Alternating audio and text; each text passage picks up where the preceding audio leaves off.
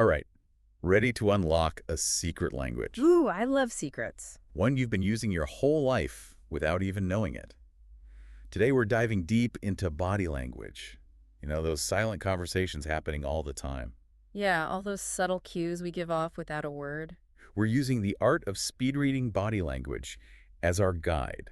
Think of it like a crash course in becoming a body language ninja. Body language ninja, I like that. By the end, you'll be reading people like a book, no problem.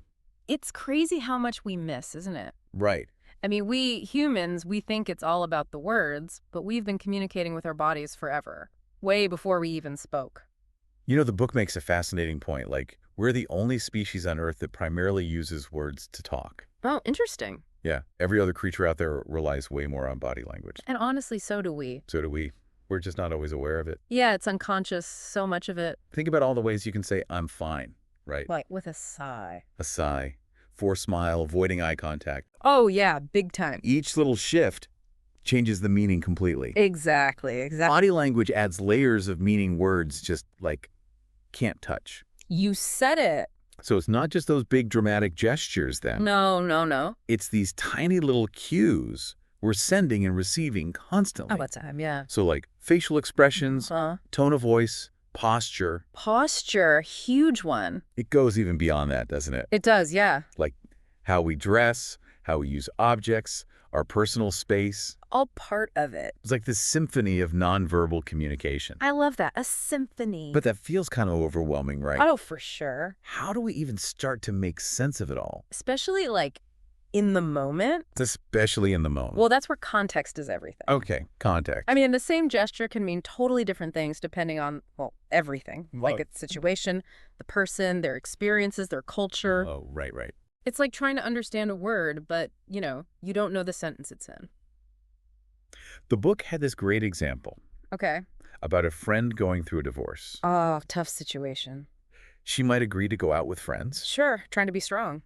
but her body language is basically screaming, I just want to be home with a pint of ice cream. I feel that. Yeah, a close friend, someone really attuned to her nonverbal cues, would pick up on that. Totally. Even if she's saying, yeah, I'm fine, let's go out. So true. It's like it reminds us that body language can be this window into someone's true feelings, Yeah. even when their words are trying to paint a different picture. So that begs the question then, why do we even rely on body language so much? Well, sometimes, words just aren't enough Not enough. to truly express those complex emotions Okay, yeah. or uncomfortable truths. Right. Those truths we don't want to say out loud. And sometimes, whether we mean to or not, our bodies kind of like leak those messages. They betray us. They do. Like when you suggest an expensive restaurant, right? Oh, yeah, I see where you're going with this. And your friend suddenly gets really interested in their shoelaces. Yeah. They might say, sure, that sounds great. Sure, I'd love to spend $100. But their body is screaming, my bank account is weeping right now. Classic. And sometimes body language even reveals things people aren't even aware of themselves. Wow. The book had this really interesting example about a woman who insisted her marriage was totally fine. Okay. But every interaction with her husband was just full of these little cues Uh-huh. that kind of betrayed a deep disconnect. So her words were saying one thing. But her body was telling a whole other story. It's like her body was ahead of her words. Absolutely. So, okay, we've established body language is this crazy complex system. It is. It is. How do we actually get good at reading it? Right. Especially, in real time without staring people down like we're doing an experiment. Well, the book talks about speed reading body language. Speed reading, okay. It's about training yourself to, quickly scan the whole person. Okay. Taking in all the signals. Not just like one little gesture. No, not getting fixated on one thing. So instead of obsessing over a crossed arm, we should be looking at their, overall posture. Exactly. Their facial expression, how they're interacting with their environment. You got it. Start broad, then zoom in for those nuances. So does their posture seem open and relaxed? Uh-huh. Or, closed off and tense? Yeah, good. Are they leaning in, engaged? Yeah, or subtly pulling away. Those big picture cues, those can tell us a lot. A lot, yeah. All right, let's get specific then. What are some of those common signals we should be paying attention to? Well, closed-off body language is a good place to start. Closed off. Like arms crossed, legs crossed, a tense posture. Mm-hmm. could be signs that someone's feeling, defensive or anxious, Okay. or simply not open to what you're saying. But wait, I cross my arms all the time, Mm-hmm. especially when I'm cold. Right, right. Does that mean I'm, like, secretly judging everyone? That's where context comes back in. Oh, context again. Remember, there's no, one-size-fits-all interpretation. Oh, yeah. Crossed arms could be defensiveness, Right. but it could also just be a comfy position, Oh, yeah. or a way to self-soothe, or even a sign of social anxiety. So I shouldn't just jump to conclusions based on one thing. No, it's about the bigger picture, considering everything. What about when someone's constantly adjusting their hair? Yeah, or smoothing their clothes, picking at their cuticles. Yeah, like they're trying to look perfect. The book calls that preening, right? Painting, yeah. So- Is it always about vanity, though? Not necessarily. Oh, I mean, it can be a way to, boost confidence or attract attention. sure. But it can also be, subconscious, a way to prepare for interaction. Like they're getting ready. Like our primal instincts kicking in, Interesting. making sure we're presenting our best selves. So it's not always superficial. Sometimes it's about feeling comfortable. And ready to engage. What about mirroring? Mirroring. Yeah. Oh, that's a good one. I've heard that's a good sign, right? It can be, yeah. Like when you subtly mimic someone's body language? It's powerful for building rapport. We do it without realizing it when we feel connected to someone. Okay. But you can also use it consciously Oh, wow. to strengthen connections, build trust. So if I want to make a good impression, I should try subtly mirroring the other person, It can definitely help. like a body language chameleon. Subtlety is key, though. Right. You don't want to be, mocking them. Whoa, no. Find that sweet spot, Right. reflecting their energy without, copying every move. More subtle chameleon, less full-on impersonator. Exactly. Okay. Now let's talk about touch. The book calls haptics. Oh, haptics, yeah. This one seems tricky. Touch is fascinating. Yeah. It can convey so much affection, comfort, support, even dominance. Yeah, but it's also super personal and cultural, So Yeah. context and individual preferences, they're everything. So a playful nudge between friends might be okay, Sure. but the same from a stranger, not so much. Exactly. Pay close attention to their reaction. Mm. Gauge whether touch is welcome or not. If you're unsure. Always err on the side of caution. Speaking of caution, let's talk eyes. The windows to the soul. They say that, right? They do. But how do we actually decode what they're saying? Well, eyes are super expressive, they can reveal a ton, but it's not just about eye contact. Oh, okay. Like when someone looks up, Oh, it's not always an eye roll. no. Oh, thank goodness. It could be discomfort, Right. searching for information, or even accessing memories. Oh, interesting. They might be trying to remember where they parked. Right. Not silently judging my outfit. Exactly. Squinting can be revealing too. Okay, I mean, they're trying to focus, Yeah. understand something better. Or maybe they're skeptical. Oh, I do that when I don't believe someone. See, you're already recognizing the patterns. Of course, we can't forget about eye contact. Generally, good eye contact means engagement, interest, but too much can be intense, even aggressive. Too much of a good thing. Find the balance between connection and respecting space. Right. It's not a staring contest. Exactly. The book also mentioned these things called micro-expressions. Oh, yeah. What are those? Should I be worried? Micro-expressions, they're like these fleeting facial expressions Okay. that betray true emotions, even if someone's hiding them. Oh, wow. They happen super fast. Like blink and you'll miss it. Pretty much. Hmm.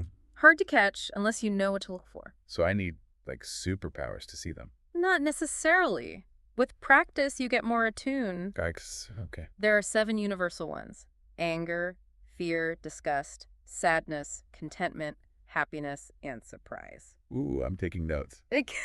What about head movements? Are those as straightforward as a nod or a shake? Not quite. Downward tilt can mean sadness, shame, or needing protection. Tilting to the side Yeah. often means interest, listening. Head thrown back. Ooh, confidence. Confidence, dominance, even a challenge. It's amazing how much our heads can say without speaking. Right. Now, what about the torso?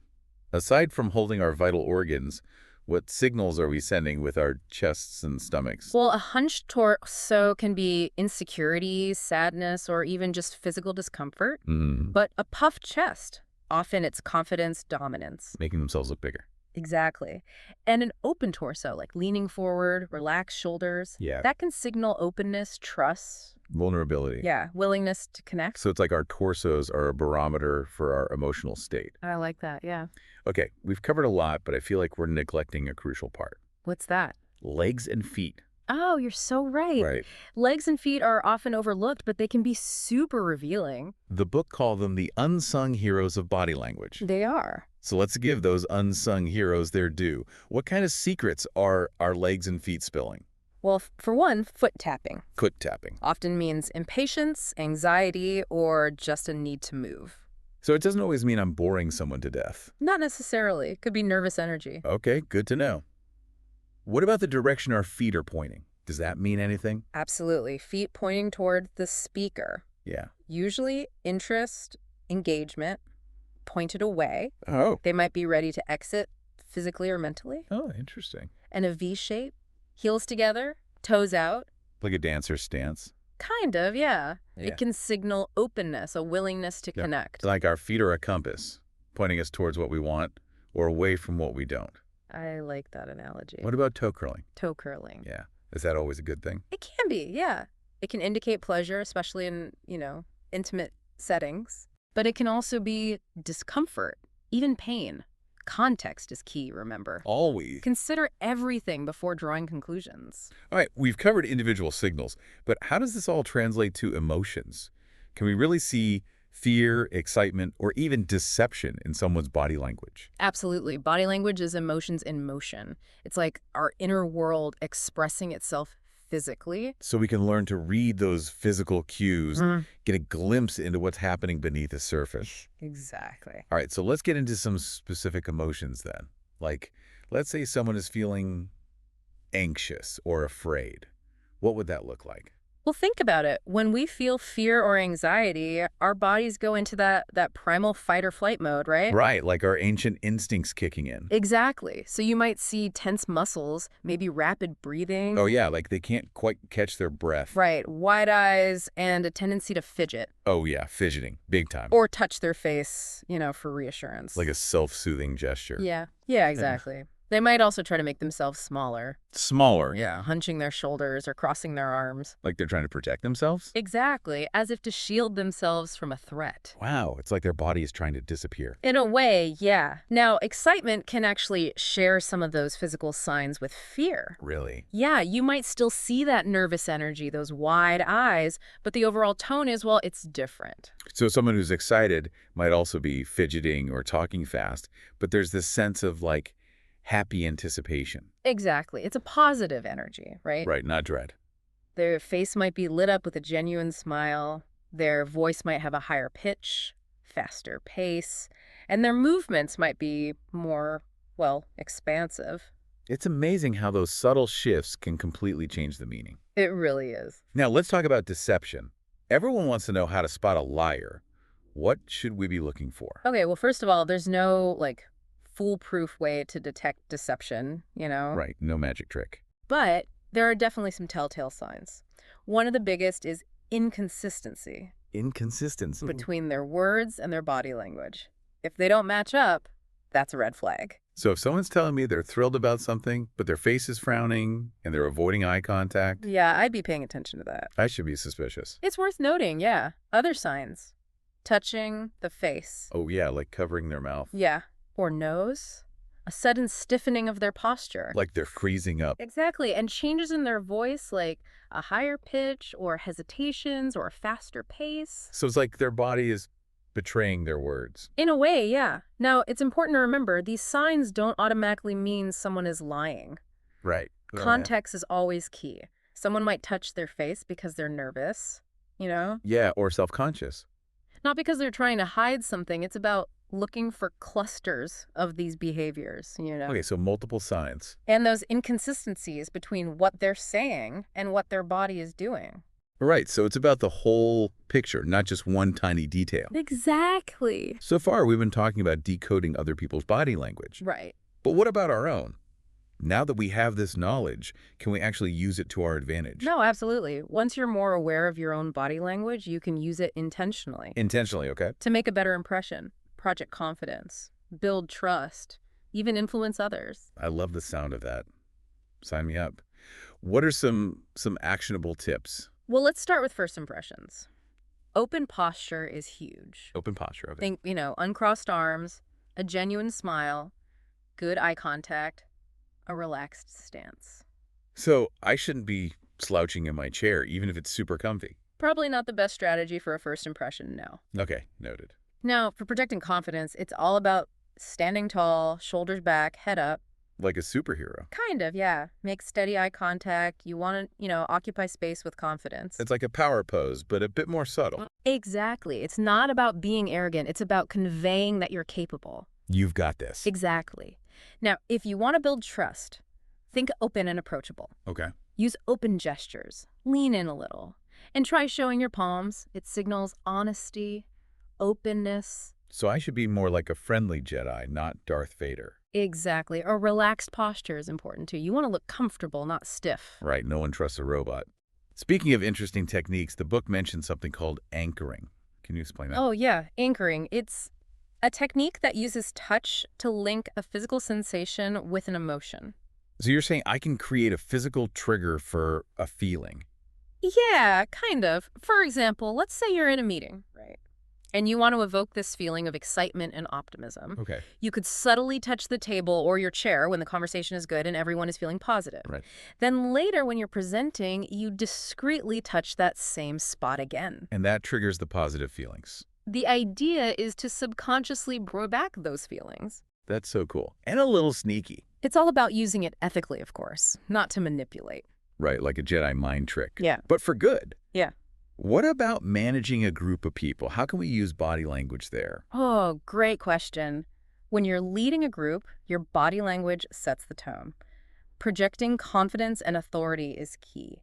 So, stand tall, use clear gestures, modulate your voice to get attention, but don't be overbearing. Got it. Open gestures like, extending your arms, using open palms can help build collaboration and trust. So be more like a conductor, not a drill sergeant. Yes, exactly. You want to guide, not intimidate. Okay. It's also helpful to mirror the group's energy. If they're enthusiastic, you reflect that back. If they're subdued, you adjust accordingly. So being a body language ninja also means being a bit of a chameleon. Exactly. Adapting to the situation. Okay. Before we move on, let's talk about the handshake. Oh, the handshake. It might seem small, but it can make a big difference.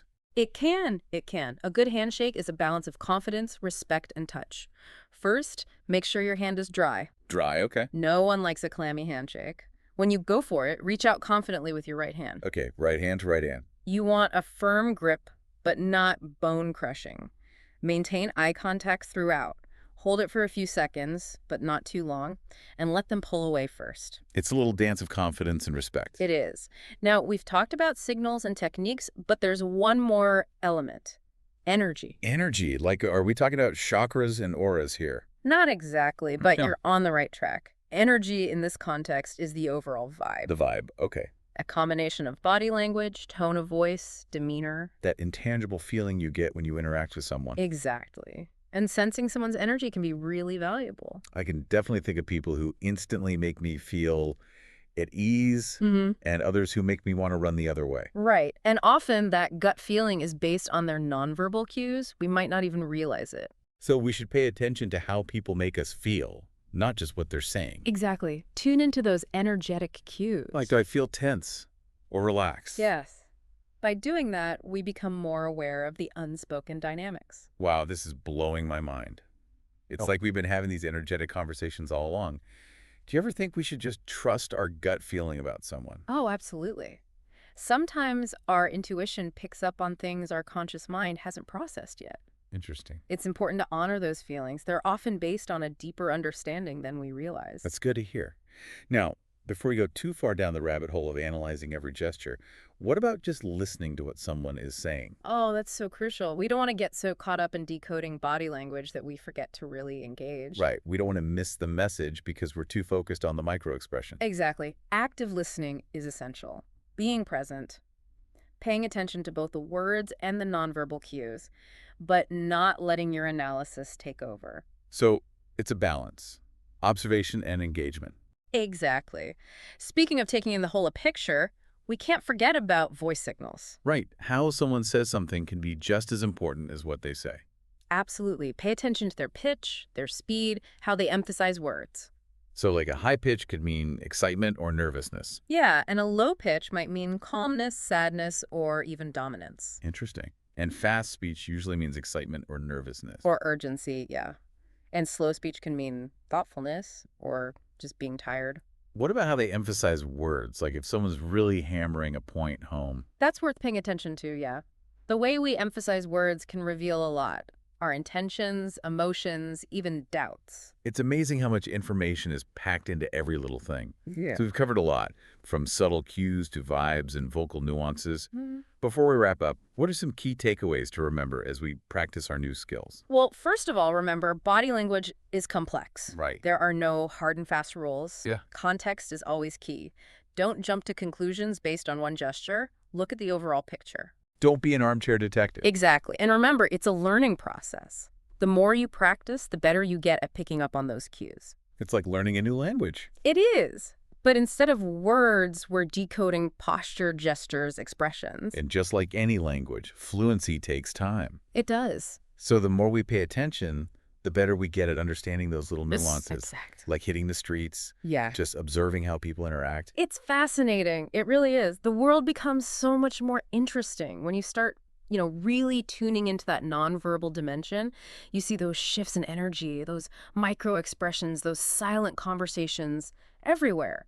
You've turned me into a body language geek. Uh-huh. I feel like I have these new tools, not just to understand others better, but to be a better communicator myself. And that's what it's all about, right? Right. It's not just about like decoding other people. It's about connecting on a deeper level. So, to wrap up, body language, it's powerful. We often miss it, but it can tell us so much. Thoughts, feelings, intentions, it's all there. And by learning to read those cues and using our own body language more effectively, well, we become better communicators, Yeah. build stronger relationships, and just navigate the world with more confidence. Absolutely. We've covered a lot today, from the basics to like speed reading techniques and even using our own body language for There's impact. just a lot. But it's a journey, right? It is. Keep observing, keep Yeah. asking questions, keep practicing, and you'll keep learning. Here's a final thought to leave you with.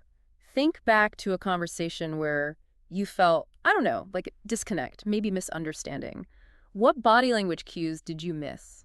How could understanding them have changed things? Ooh, that's a good one. I'm going to be thinking about that. Thanks so much for guiding us through this. Now, to all our listeners out there, go observe, practice your skills, and unlock those secrets.